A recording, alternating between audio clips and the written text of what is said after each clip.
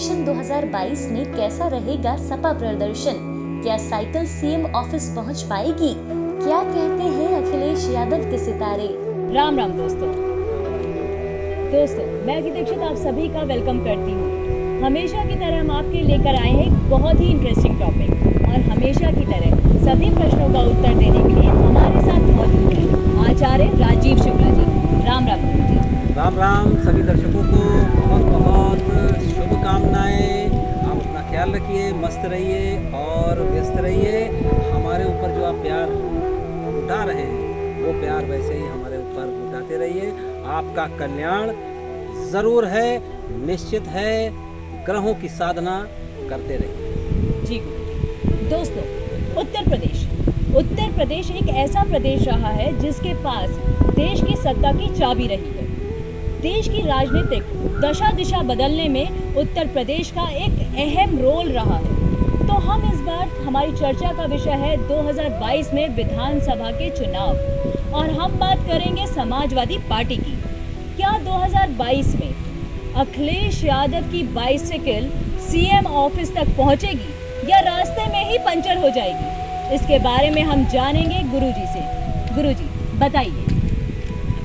सर्वप्रथम सभी दर्शकों से ये विशेष रूप से कहना चाहेंगे कि ज्योतिषीय आकलन होते हैं और इसमें कई सारी विशेष विद्याओं का सम्मिश्रण होता है और इसमें कभी कभी किसी का भाग्य काम करता है, कभी कभी किसी का भाग्य काम नहीं करता है। ये केवल एक आकलन है और इस प्रकार का जो आकलन हम लोग करते हैं वो एक अलग प्रकार की कुंडली का निर्माण करके करते हैं।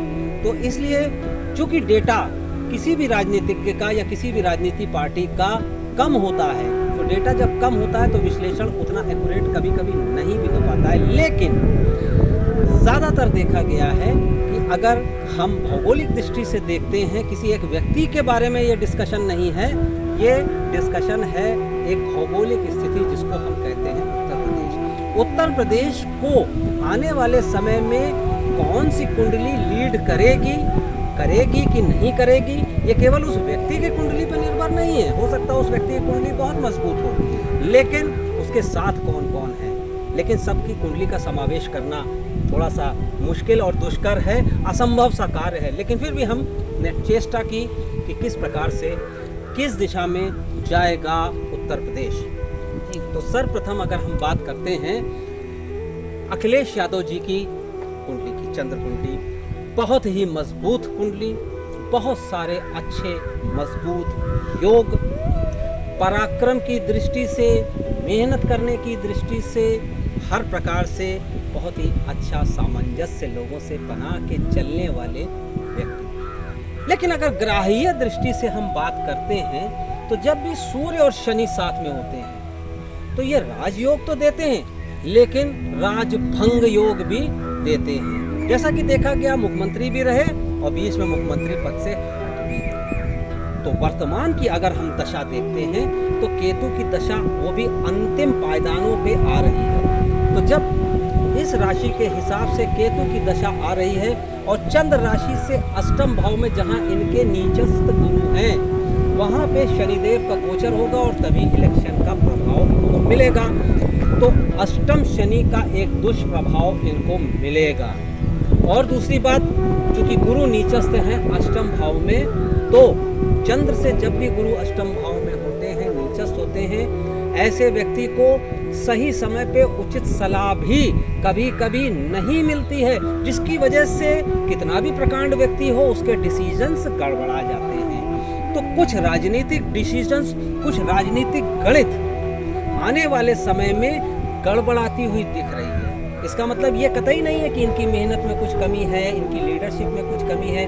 बहुत अच्छे राजयोग हैं, लेकिन गोचर और गोचर के साथ मिला के, यानी ट्रांजिट और ट्रांजिट के साथ मिला के जो महादशा अंतरदशा कह रही है, तो महादशा का आखिरी पड़ाव कुछ चेंजेस लाता है। और ये चेंजेस इनके, जो कि केतु मिथुन में नीचस्थ बोले जाते हैं, उन्हीं की महादशा है और गुरु भी नीचस्थ हैं, यानी कि अपने डेबिलिटेशन वाली राशि में है। तो जब भी डेबिलिटेटेड गुरु और केतु होते हैं और उन्हीं की महादशा होती है तो सफलता प्राप्ति में बड़े सारे विघ्न आते हैं। तो जब सफलता की बात होती है तो पूर्ण सफलता इस कुंडली के हिसाब से मुझको नहीं दिख रही है, लेकिन मेहनत में कोई कमी नहीं रखेंगे, सारी चीज़ों में कोई कमी नहीं रखेंगे, अपने आप को आगे बढ़ा लेंगे, लेकिन पूर्ण सफलता में इस कुंडली की अपार मेहनत के बाद भी संशय बना हुआ है ज्योतिषीय आकलन की दृष्टि से।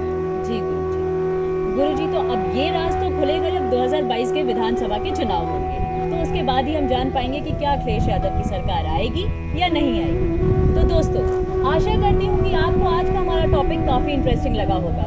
हम और भी इंटरेस्टिंग टॉपिक्स लेकर के आते रहेंगे और आपको एंटरटेन करते रहेंगे। तो याद रखिए, अगर आपने हमारा YouTube चैनल अभी तक सब्सक्राइब नहीं किया है तो प्लीज़ जाके उसे सब्सक्राइब कर दें और बेल आइकन दबाना ना भूलें, जिससे आपको सबसे पहले हमारे एपिसोड्स के नोटिफिकेशंस आएँ। और इंस्टाग्राम और फेसबुक पे हमें ज़रूर फॉलो करें। और इसी के साथ आप अपना ध्यान रखिए, सुरक्षित रहिए। राम राम।